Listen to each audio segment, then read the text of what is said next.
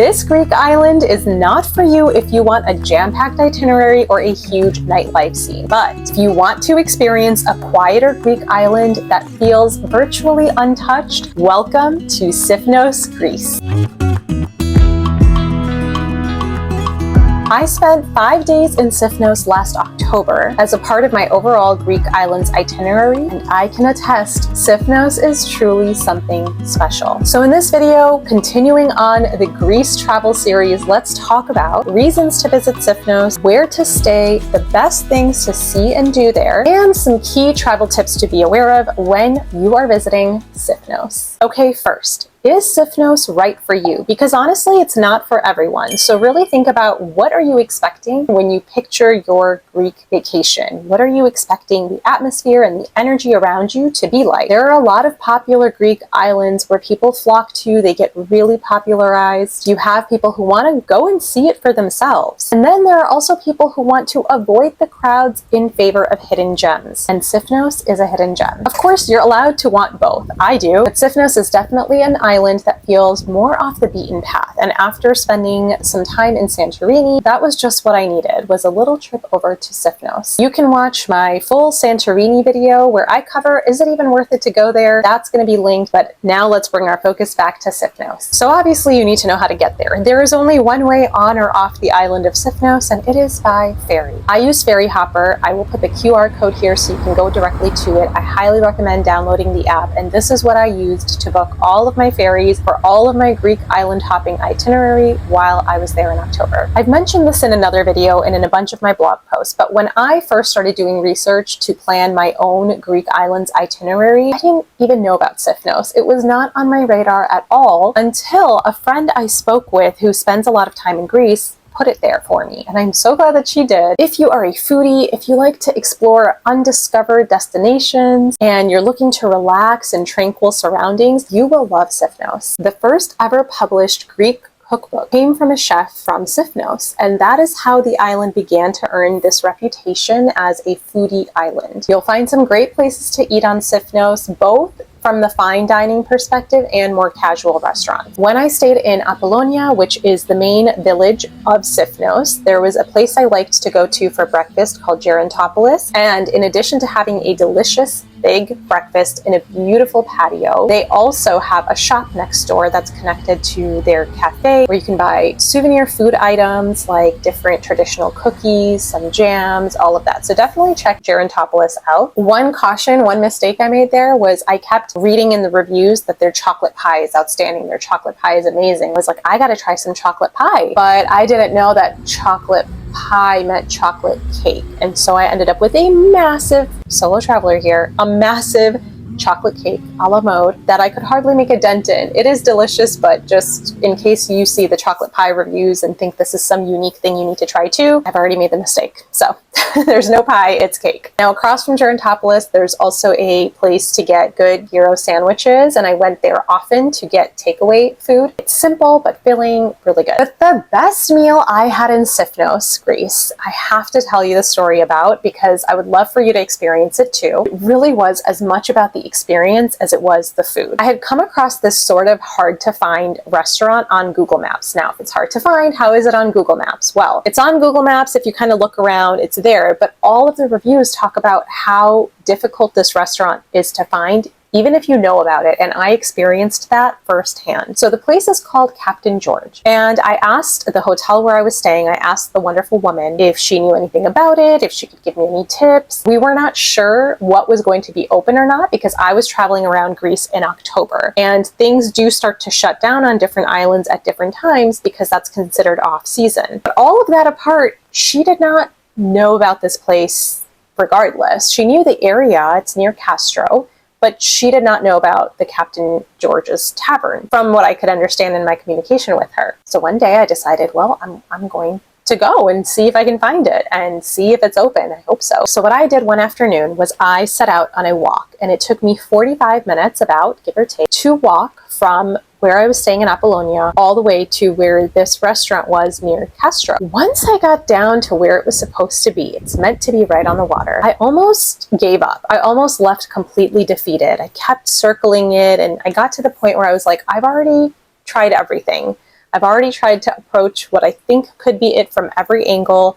I'm just not seeing anybody there, and I'm not seeing a way in. I was giving up. As I started to walk away, I saw one other set of stairs. I was like, I know this is not it, but let me climb the set of stairs anyway. It was the patio portion of another restaurant that was closed. Climbed up there and I was like, let me just look out at the view. And while I'm looking out at the view, I look down and I see someone walk out, and we make eye contact, and I go, Captain George? And he goes, and that was him. I was so excited. I'm sure I embarrassed myself. I was like, I'm coming, right? Because I don't speak Greek and he didn't seem to speak too much English. So I figured it out. I made my way down, and he was indeed open, and there were only 2 other people at the restaurant, and it just was very quiet.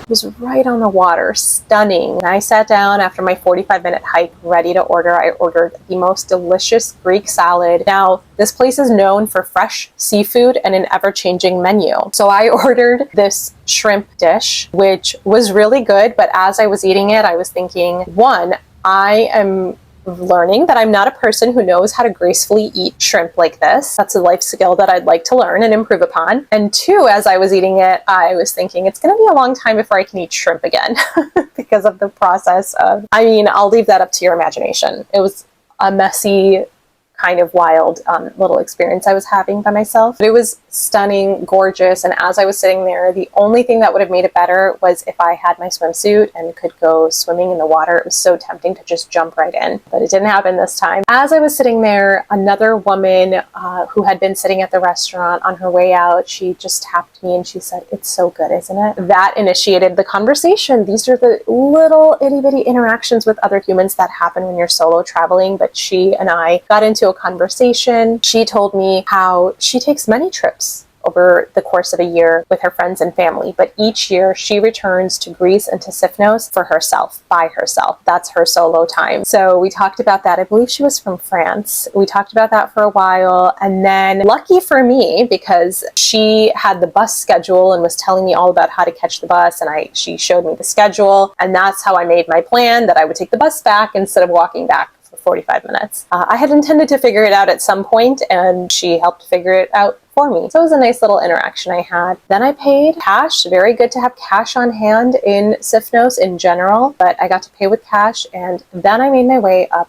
to Kastro. So one reason to visit Sifnos, again, the foodie reputation. But another reason I chose it, as a solo traveler who knew I had zero interest in renting a car on this trip if I could help it, I chose Sifnos because it's meant to be a very walkable island. Now, I have read and I have heard other people say it's not that walkable and you need a car. You don't, and I am proof, okay? You don't need a car because Sifnos has over 100 kilometers worth of hiking trails, and that is a key reason why I chose this destination. And they're not just hikes to admire views, they're hikes where you can actually go from one part of the island to another part of the island. And that is why, with confidence, I was able to set out and walk from Apollonia to the Kastro area to find this spot for lunch, knowing it was going to be a long walk, because I knew there was going to be some hiking trails along the way. Now, it wasn't all hiking trails. I've talked about this in my Santorini video too. A lot of times in Greece, I found myself walking on the side of the road. So that does happen. There are not always sidewalks, and this is a normal thing, so be prepared for that. I was having breakfast one morning in Sifnos. I had taken a road path. There was no path, it was just road, but I was walking along the road to get there, and I asked this question to the women who were working at the cafe: is this normal? We had a big language barrier, but thankfully there was another gentleman there who was from Sifnos and spoke a little bit of English, and he told me, yeah, it's normal. Because I was thinking, oh my God, these drivers are going to be so mad at me, this ridiculous tourist walking on the side of the road where they're trying to drive. And he was like, nope, it's normal, just don't get hit. Important tip, if you find yourself in this situation, which you very likely will, where you are walking on the road, you want to walk on the side toward traffic so you can see what cars are coming, right? You don't want a car to come up on you from behind you. So you want to walk toward traffic, which I know sounds scary, on the side so that you can at least anticipate and see what's coming your way and where do you need to move, okay? So that's a side note, but that aside, Sifnos is great for walkers, okay? So that is a big reason that I chose it. You could do so many different hikes. I did not on this trip. I just hiked for food. I just hiked for lunch. But they do have guided tour experiences to take different hikes if that's something that you are interested in. There is not really Viator or Get Your Guide, which are the two big tour companies I always use when I travel. Sifnos just doesn't have that big of a scene of tours that are booked on platforms like this, but there are many local people offering tours. It just takes a little bit more digging. You can ask at your accommodations. I'm sure they know local people. They may have tours that they run on their own. So that is available. And if you want to go for a hike and you don't want to take any risk of getting lost or anything like that on the trails, you could do a guided tour experience. But I highly recommend bringing some hiking gear if that is something you're interested in. Sifnos is a great place for it. I also just want to say, Sifnos is gorgeous. From the moment that I got off the ferry, I was getting looks because as soon as I got off the ferry at the Sifnos port, I turned around and there was this massive cliff, this massive mountain facing me, and I turned around and with my phone, I couldn't resist, and I started snapping some photos and videos. And then when I got into my taxi, which I had prearranged with my hotel, I was just in awe of the surroundings. So we drove through these mountainous paths to get to my hotel. And it's not that I haven't seen places like that, but I haven't seen very many places exclusively like that. I just was very struck by the fact that there are zero skyscrapers or skyscraper-esque buildings here. It's just so natural and so beautiful. And as I was talking with my driver, my taxi driver who grew up there, I was just in awe that this is the surroundings that someone spent their whole life in. Coming from Chicago and the suburbs of Illinois, very different landscape. And again, I travel a lot. I don't know why, it just struck me so much harder on Sifnos that this was a completely different environment to have grown up in than what I experienced. It's stunning, and I was just marveling at it from the get-go. But even though Sifnos is quieter like that, and in a way simpler, there is enough to see and do here, depending on what kind of traveler you are and what kind of experience you want, like I said. Of course, you're going to want to spend time on one or more of the beaches to go swimming in the sea. You can also do some sightseeing. So there's Kastro, which is a cliffside village that is sort of like used to be a fortress. Now, here's another opportunity for you to learn from my foolishness. So when I got to Kastro after my delicious lunch at Captain George's Tavern, all of a sudden my Google Maps that had been serving me so well, I thought was just going berserk because I could not, for the life of me, find Kastro. You see, I thought I was looking for a specific castle or ruin of a castle because Kastro means like castle or palace, and so that's what I was looking for. I was going around and around these streets and I kept hitting dead end, and I was getting so frustrated with my Google Maps, and this went on for an embarrassingly long amount of time. I just was so lost, and there wasn't really anybody to ask because, again, October, a lot quieter. So I'm just kind of walking in circles for a long time, getting increasingly frustrated because I cannot find Kastro. Finally, I start doing some research about it because Google Maps isn't helping me anymore, and I realize that I am already there. I'm already there. Kastro refers to that entire little town, that little village on that cliff. I was already I was looking for something that I was already in. You will recognize Kastro a lot more quickly than I did, if for no other reason than you just heard me tell that story. There are a lot of shops and restaurants to see as you walk through Kastro. One must see here when you're in this area is the Church of the Seven Martyrs. This is probably the most photographed spot on the entire island, and you can imagine why. Look at this church. It's just jutting out on over the sea, and you actually can get all the way up close to it. There is a path that goes all the way up to it. I was debating doing it, and as I got closer, there was a little gang of cats, or the correct term is, I think, clouder of cats. I do have a fear of cats, and there were very many of them. No, what am I doing in Greece with a fear of cats? I survived. It was okay. You know, I respected their space, and I just admired from afar, and it was fine. One place that was open in Kastro while I was there was a restaurant called Astro. I sat there, I hydrated with some lemonade and some water, and just waited and passed the time away with a beautiful view until it was time to catch the bus back to my hotel. I have a complete guide to Sifnos on my blog, which is linked in the description below, or you can follow the QR code on the screen to get to it. And that's where you can find even more detail and a lot of what I've talked about here written down about how best to see and explore and experience Sifnos beyond what I'm sharing here. But I definitely right now want to take some time to give you some guidance on where to stay on the island of Sifnos, because this is something I really went back and forth about. There were two main areas that I knew I wanted to stay while on Sifnos, and I couldn't decide. So in the true meaning of exercising my power of adulthood, I decided I didn't need to choose and I could do both, which is what I did. I ultimately decided to split my time between two parts of the island. So I'm going to tell you what those two parts were and why I did this and why you might want to consider doing the same. To get the feel for the main village, I wanted to stay in Apollonia. I knew I wanted to spend some time there where I could just walk outside and easily walk to the village. Again, remember, I wasn't renting a car. I don't particularly enjoy driving even at home in the Chicago area. So for me, it was important to be able to just open the door, walk out, and go places on foot. I spent my first couple days in Apollonia with a lovely hostess and incredible views. When I arrived to my first accommodation, it was magical. So I already told you I'm just marveling at the beauty of Sifnos. Then we pull up to the property. I hear music and traditional chanting and music.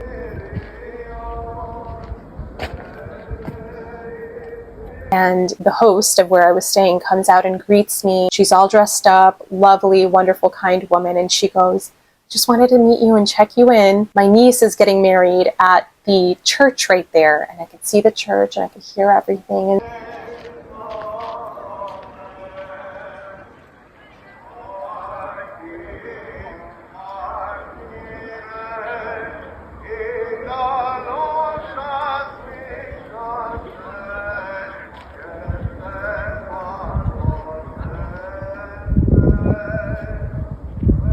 And so as I came in on my first evening, that was my welcome into Sifnos. It was just magical. Then for the second half of my stay, I wanted to be in the main beach town of Kamares, which is near the port where I had arrived and where I would be departing from. From Apollonia, I got a really nice sunrise, but from Kamares, you get a really beautiful sunset, and I wanted both. Plus, as I was doing my research of what are my accommodation options in Kamares, I came across a brand new hotel. This place had an incredible breakfast every morning, beautiful views, walking distance. It took me about 2 minutes to walk to the beach and I went swimming. It was glorious, and only about a 10 or 15 minute walk from all of the restaurants, as well as the ferry port, which I walked to on my last day. Here's the QR code so you can check out that hotel, but I also have it in my Where to Stay blog post on the blog with all of the details, my full review. And it's also run by a sweet young Greek couple. If you want the full details and my full review and guidance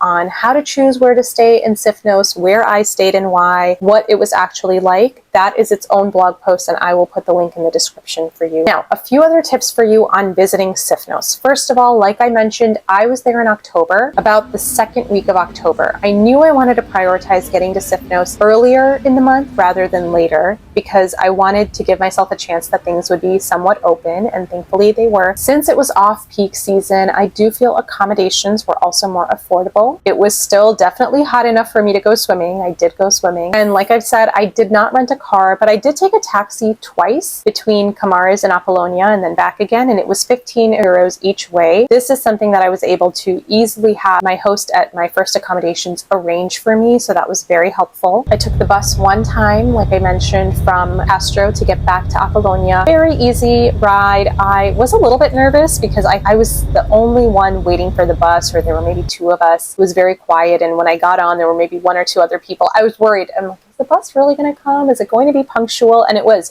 perfectly fine. Just about a couple euro to get where I needed to go from there. But you do need to know, and this is about Sifnos and anywhere else in Greece, I assume, that the bus schedules change seasonally. So you can go on the website and find the bus schedule, but you want to always make sure you check at the top. Are you looking at the latest version for your current dates on when you're planning to use the bus? Because it does change in terms of how frequently they run based on the season. reason. Also, while most places do accept credit card, it's a really good idea to have cash on hand when you're on Sifnos, and I would kind of say in other parts of Greece as well, but on Sifnos. And at times you'll notice that you can actually save money by paying in cash rather than by paying with credit cards. It's just good to have some on hand. One other thing to be aware of when you're visiting Sifnos, places do seem to close during the middle of the day or part of the day. I noticed this especially when I was staying near Kamaras. The main grocery shop would close for part of the afternoon. So plan accordingly. If you know that you need something, maybe go in the morning or plan to go in the evening. So does Sifnos sound like it's right for you? What questions do you have about it that I maybe haven't answered yet? This is my third video about Greece travel, and I have more on the way. So make sure to subscribe so you don't miss the rest. And if you're seeing this when they're already out, then you've got a whole playlist to go through. Have so much fun on your Greece adventures. Bye!